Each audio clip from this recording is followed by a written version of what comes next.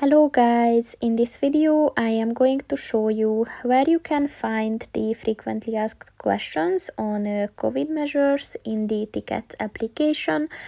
But first I just want to mention, don't forget to subscribe to my channel, because at 10,000 subscribers I am going to show you my whole YouTube revenue statistics and growth strategy, as well as how to make money online. Let's jump into it.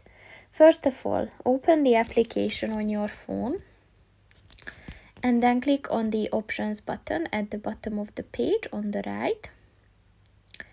And at the help section, click on the frequently asked questions button. And then if you scroll down a bit, click on the COVID measures button.